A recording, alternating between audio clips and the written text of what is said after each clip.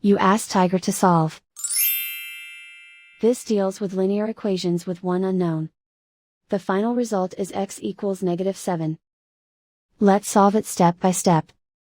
Simplify the expression. Simplify the arithmetic. Group all x terms on the left side of the equation. Subtract 4x from both sides. Group like terms. Simplify the arithmetic.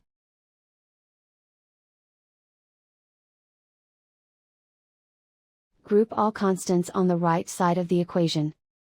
Add 7 to both sides. Simplify the arithmetic.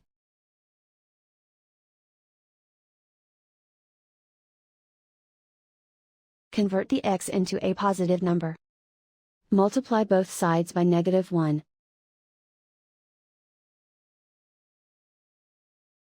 Remove the ones. Simplify the arithmetic. And so the final result is x equals -7.